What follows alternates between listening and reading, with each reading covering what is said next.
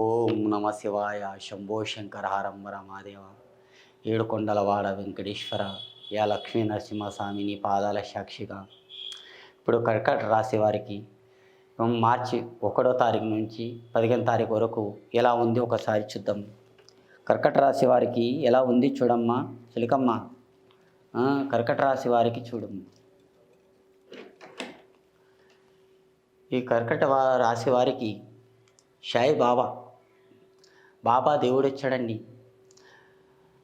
జేబులు 10 రూపాయలు లేకున్నా కానీ అయ్యో అప్ప అని బతికే వాళ్ళు కాదండి. కానీ ఆలోచన రేఖాటంలో కానీ మంచిగుంది. ఆ బాబా సామాన్యం కాదు, షిరిడి సాయినాథ అందరికీ అన్నం పెట్టేవాడు. అలాంటి కర్కాటక రాశి మీది. ఈ రాశి వారికి మీకు ఎక్కడ పైన కానీ మంచిగుంది.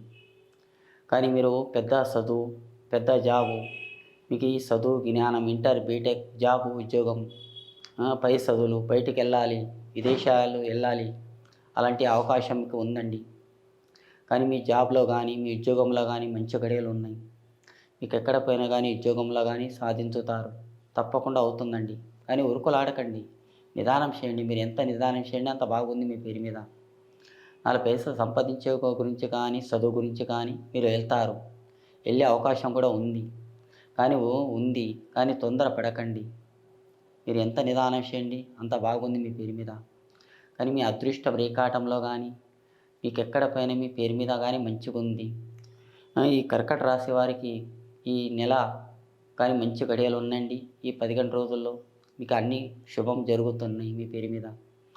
కానీ మీ పేరు మీద చూడండి, నల్ల దారం ఒక ఎడమ కాళ్ళకు కానీ ఎడమ చేతు కానీ కట్టండి, చాలా మంచిగుంది. మీ పేరు మీద భవిష్యత్తులో ముంగడ బాగుపడే యోగం కూడా ఉంది. మీ అనుకున్న పనుల్లో మీకు బాగా అవుతుంది. కానీ శేష పనిని అనుకున్న పనుల్లో కానీ ఎక్కడ పోయినా కానీ జాబ్లో కానీ ఉద్యోగంలో కానీ ఏదన్నా ఒక మనిషిని సహకారం అడగాలనుకున్నా కానీ అవుతుంది. ఆ మనిషి మీకు తప్పకుండా సహాయపడతారు. ఆ మనిషి వల్ల మీకు మంచి జరుగుతుంది. మీ ఇల్లు ముంగడ బాగుపడే యోగం ఉంది. ఆ మనిషి వల్ల మీరు ఏదన్నా సాధించాలనుకున్నా కానీ ఆ మనిషి మీకు తప్పకుండా సహాయపడతాడండి.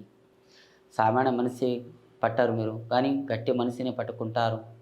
ఆ మనిషి దగ్గర 10 రూపాయలు లేకున్నా కానీ ఒక 5 రూపాయలన్నా మీకు ఇస్తారండి. ఆ మనిషి మీకు తప్పకుండా సహాయపడతారు. మీ అనుకున్న పనుల్లో మీకు మంచి జరుగుతుంది. మీ అదృష్టం రేఖాటంలో కానీ ఏదైనా కానీ కొత్త పను కొత్త జాబ్లో కానీ ముగ్గురితో కానీ మాత్రం చేయకండి. కానీ ఇద్దరితో చేయొచ్చు, మంచిగుంది. కానీ ముగ్గురితో మాత్రం చేయకండి. అదృష్టం రేఖాటంలో మీ జోలలో 10 రూపాయలు లేకున్నా కానీ మీరు ఒకరికి పెట్టే భాగ్యం ఉందండి. కానీ ఒకరిది 10 రూపాయలు తినాలని మీ కోరిక లేదండి. ఆ భగవంతుని దయ వల్ల మీ అనుకున్న పనుల్లో కానీ మీ ఫ్యూచర్లో కానీ ఇంకా రాబోయే దినాల్లో కానీ మీకు మంచి గడియలు ఉన్నాయండి. ఆ భగవంతుని తెలుసుకోండి. అనుకున్న పనులు మీకు బాగా జరుగుతాయండి. కానీ అనుకున్న పనుల్లో కానీ ఉద్యోగంలో కానీ జాబ్లో కానీ మంచిగా జరుగుతుంది. జై శ్రీరామ్.